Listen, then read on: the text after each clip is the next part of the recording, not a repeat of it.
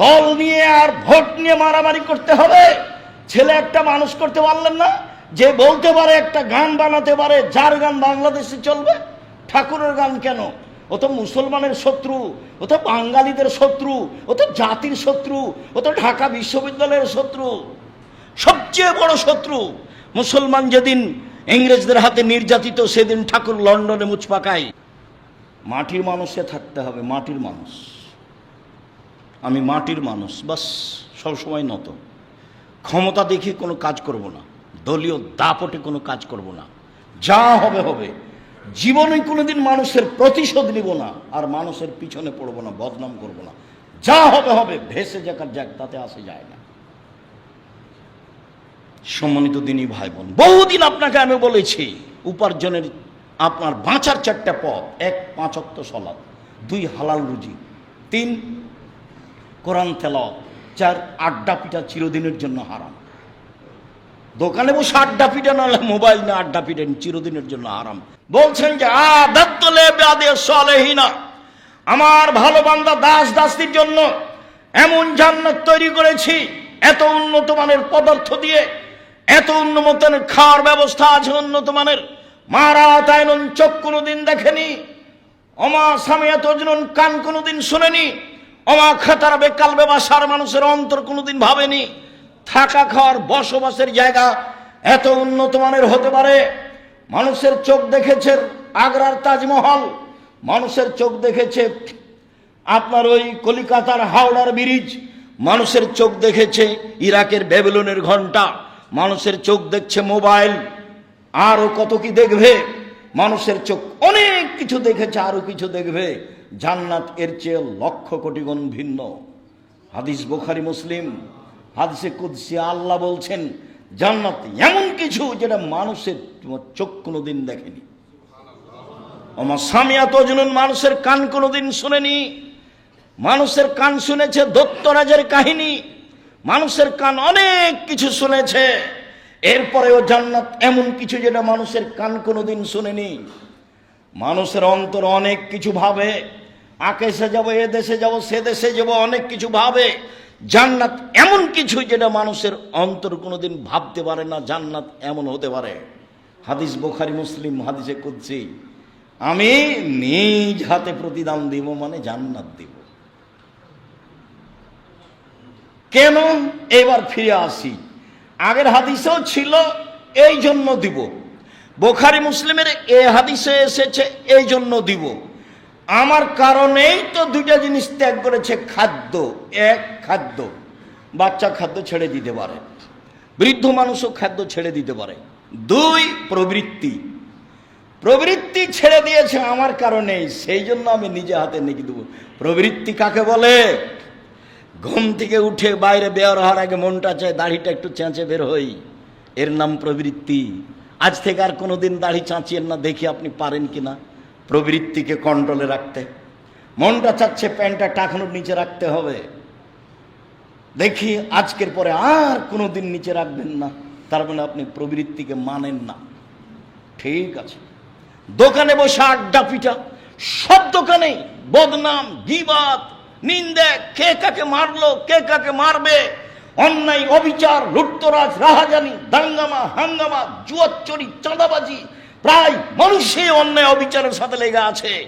প্রায় মানুষই 1,99,999 জন অন্যায়, অবিচার, লুটতরাজ, রাহাজানি, মারামারি, দাঙ্গামা, হাঙ্গামা, জুয়াচুরি আর দাগাবাজি আর চাঁদাবাজিতে ব্যস্ত আছে। এরা সব রোজা থাকে, এরা সব প্রবৃত্তির অনুসরণ করে। আল্লাহ নিজ হাতে প্রতিদান দিবেন, অত সহজ না। হজবতিল নার বিশাহাওয়াত, হজবতিল জান্নাত বিল মাকারিহ। নিয়ম, নীতি, কষ্ট, ক্লেশ দ্বারা জান্নাত ঘেরা আছে, মনের ইচ্ছা দ্বারা জাহান্নাম ঘেরা আছে। হাদিস বুখারী মুসলিম। মাটির মানুষে থাকতে হবে, মাটির মানুষ। আমি মাটির মানুষ, বাস। সবসময় নত। ক্ষমতা দেখে কোনো কাজ করব না, দলীয় দাপটে কোনো কাজ করব না। যা হবে হবে। জীবনে কোনোদিন মানুষের প্রতিশোধ নিব না, আর মানুষের পিছনে পড়ব না, বদনাম করব না। যা হবে হবে, ভেসে যাকার যাক, তাতে আসে যায় না। সম্মানিত দিনী ভাই বোন, বহুদিন আপনাকে আমি বলেছি উপার্জনের আপনার বাঁচার 4টা পথ: 1 5 ওয়াক্ত সালাত, 2 হালাল রুজি, 3 কোরআন তেলাওয়াত, 4 আড্ডা পিটা চিরদিনের জন্য হারাম। দোকানে বসে আড্ডা পিটা, নাহলে মোবাইল না আড্ডা পিটেন, চিরদিনের জন্য হারাম। তখন ফলাফল রক্ষা হবে না।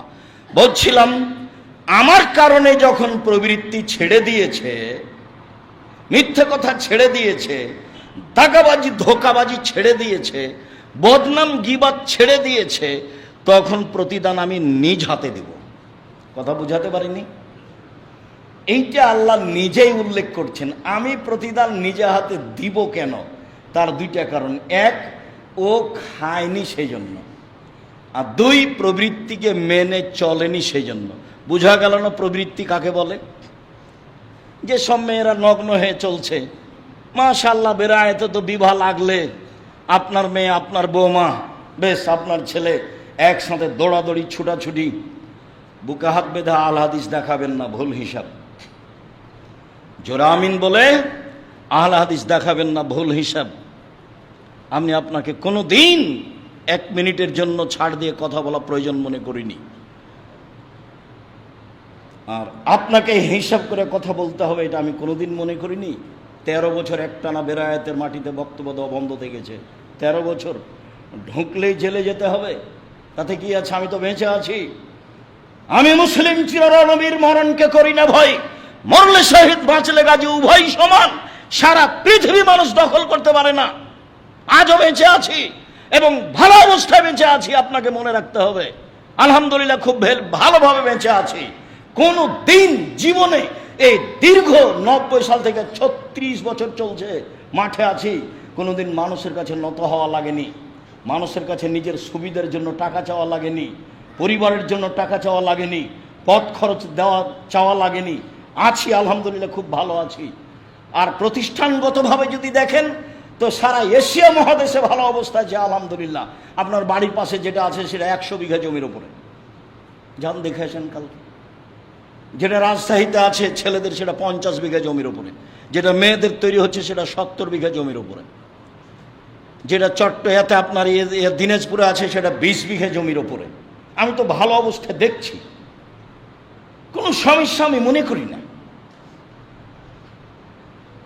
বক্তব্য বন্ধ আছে তাতে কেন বক্তব্য বন্ধ আছে তা আমি জানি না। তবে আপনি মনে রাখবেন, ধর্মের নামে ধোকাবাজি করে, পরিবার কন্ট্রোল না করে তাহাজ্জুদ পড়ে জান্নাত কিনার হিসাব করিয়েন না, ভুল হিসাব। আপনার বাড়িতে থাকবে দৌড়াদৌড়ি, হইচই, রং তামাশা, আর আপনি জান্নাত কিনবেন তাহাজ্জুদ পড়ে, এই হিসাব ঠিক নয়, ওই হিসাব বাতিল। ঠাকুরের গান 30 বছর আগে বলেছি চলবে না। 30 বছর আগে ঠাকুরের গান চলবে না, এই কথা বলাতে আপনাকে ব্যথা লাগে কেন? আরে রবি ঠাকুর বাঙালিদের শত্রু, রবি ঠাকুর মুসলমানের শত্রু, রবি ঠাকুর ঢাকা বিশ্ববিদ্যালয়ের শত্রু, রবি ঠাকুর জাতির শত্রু।